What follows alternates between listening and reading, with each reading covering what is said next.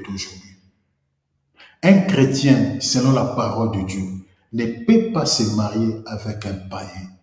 Selon la parole de Dieu, selon notre Père Céleste, un chrétien, je parle bien d'un chrétien, pas un chrétien charnel. Je parle d'un chrétien, quelqu'un qui connaît Dieu, quelqu'un qui a reçu la nouvelle naissance, quelqu'un qui a reçu le baptême, quelqu'un qui a la connaissance de la parole de Dieu, quelqu'un qui sait dans sa vie pourquoi il a donné sa vie à Jésus, pourquoi il suit Jésus. Je parle de ce chrétien-là. Ne peut pas épouser un païen. Selon la Bible, c'est un péché. Tu ne peux pas.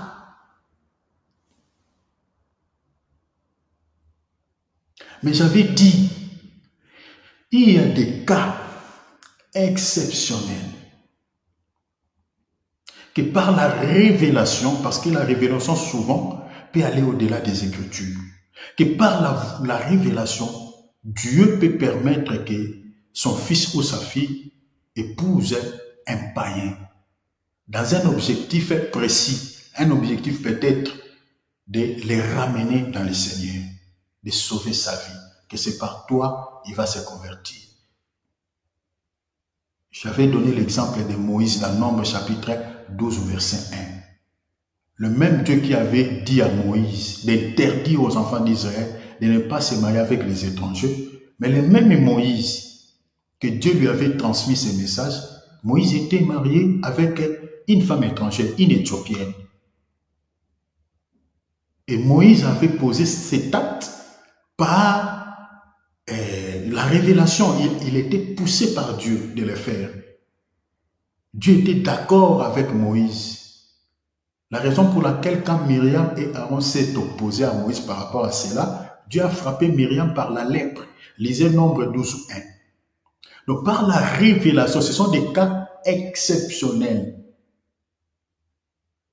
que Dieu peut permettre à sa fille de se marier avec un homme qui ne connaît pas Dieu, ou à sa fille de se marier avec, à son fils de se marier avec une femme qui ne connaît pas Dieu. C'est au travers peut-être de cet homme ou de cette femme que cette personne-là, ce païen-là, va donner aussi sa vie à Jésus. Ça, ce sont des cas isoloirs. Mais selon la parole de Dieu, depuis l'ancienne alliance, Dieu interdit toujours les mariages entre son peuple et les étrangers et les païens. Vous allez peut-être se poser la question, mais pourquoi Dieu l'interdit? Moi, je trouve que ce païen-là me plaît, il a des moyens, tout ça. Bien aimé, même si ce païen-là, il a des moyens. Même ici il est millionnaire. Si c'est un païen qui cherche à t'épouser, ici, je sais que certaines femmes, mes sœurs ne seront pas d'accord avec moi. Je sais que vous ne serez pas d'accord, mais je vous dis, selon la Bible, si vous désobéissez à ces commandements, c'est toi qui subiras des conséquences dans ces mariages-là. Nous, on viendra en tant qu'homme de Dieu. Ton mari avec ses millions, mais toi, tu ne seras jamais heureux.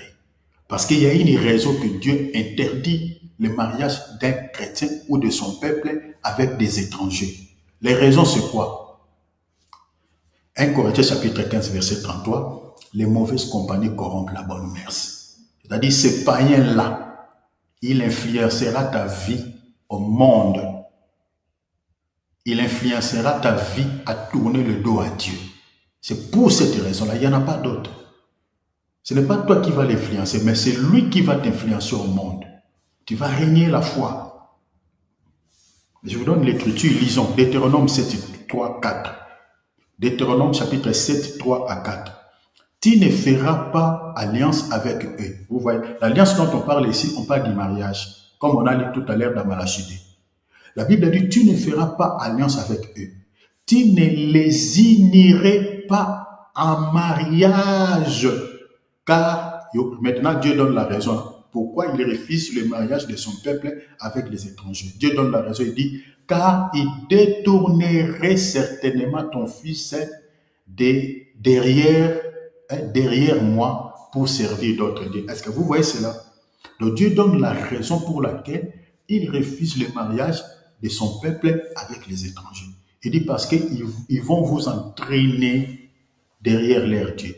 Vous allez tourner le dos à moi. Vous voyez? Il dit, tu ne donneras pas. Il détournerait certainement ton fils de derrière moi pour servir d'autres dieux. La colère de l'Éternel s'enflammera contre vous et il te dévasterait soudainement. Donc la Bible dit, Dieu dit, quand tu vas me tourner le dos, moi aussi, je vais m'énerver contre toi, je te frapperai. Même dans 1 Roi chapitre 11, verset 2 à 4, Dieu répète encore la même chose. Il dit à l'Israël, vous ne pouvez pas se marier avec les étrangers. Et par conséquent, remarquez Salomon, qui n'avait pas respecté ses commandements. Salomon, qui avait pris plusieurs femmes étrangères. Salomon était marié avec des Sidoniens, avec des Moabites. Vous connaissez la fin de Salomon. Salomon avait fait naufrage à la fois. Salomon son cœur était détourné de Dieu. Vous voyez, Salomon était devenu un idolâtre. C'est pour cette raison. Et Dieu avait renversé le royaume de Salomon, avait subdivisé le royaume de Salomon en deux. C'est là où l'Israël a été subdivisé en deux.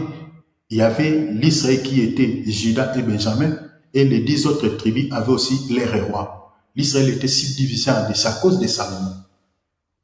Quand on parle des Samaritains là, ça vient à cause du péché de Salomon.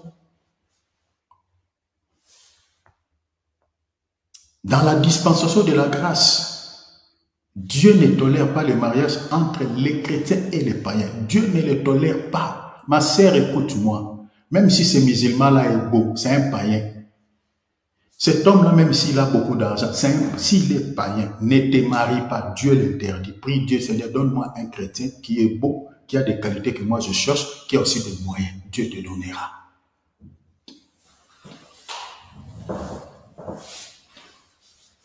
2 Corinthiens 6, 14. Ne vous mettez pas sous un joug. Joug, c'est quoi? Joug, c'est une alliance. Joug, c'est un lien. Ne vous mettez pas sous un joug différent de celui des incroyants. Car quelle communion y a-t-il entre la justice et l'iniquité, ou quelle part à la lumière avec les ténèbres? Un païen, c'est quelqu'un qui est dans les ténèbres. Toi, tu es dans la lumière. La Bible dit quel rapport y a-t-il? Comment tu peux te mettre en alliance, en accord avec quelqu'un qui ne partage pas la même foi avec toi? La Bible l'interdit. Regardez encore 1 Corinthiens 7, 39. La Bible dit, une femme est liée aussi longtemps que son mari est vivant. Mais si le mari meurt, regarde, la Bible dit quoi? Elle est libre de se marier à qui elle veut. Mais la Bible dit quoi? Seulement que ce soit dans le Seigneur. Vous voyez? Ma sœur, tu veux te marier, la Bible dit, il faut que ce soit dans le Seigneur. C'est ça le verset. Parce que si tu te maries à un païen, et je parle de se marier dans le Seigneur, ce n'est pas avec un chrétien charnel. Non, non. Parce que dans nos assemblées aussi, il y a des païens. Dans nos assemblées, il y a aussi des chrétiens charnels qui viennent prier. C'est pour cela que quand tu t'engages dans un mariage, avant de s'engager plutôt dans un mariage avec quelqu'un, j'ai dit tout à l'heure, prenez le temps de prier. Parce que si tu t'engages dans les mariages avec quelqu'un qui ne connaît pas Dieu, qui ne partage pas la même foi avec toi, cher enfant de Dieu, ça sera compliqué. La Bible dit, 2 hommes marchent-ils ensemble sans être convenus? Tu ne peux pas marcher ensemble avec quelqu'un s'il n'y a pas quelque chose qui vous unit. Alors, voici quelques signes, notez, voici quelques signes précurseurs, des avertissements que Dieu donne parfois aux chrétiens qui, par manque de discernement, cherchent à s'engager dans les mariages avec des personnes sorcières.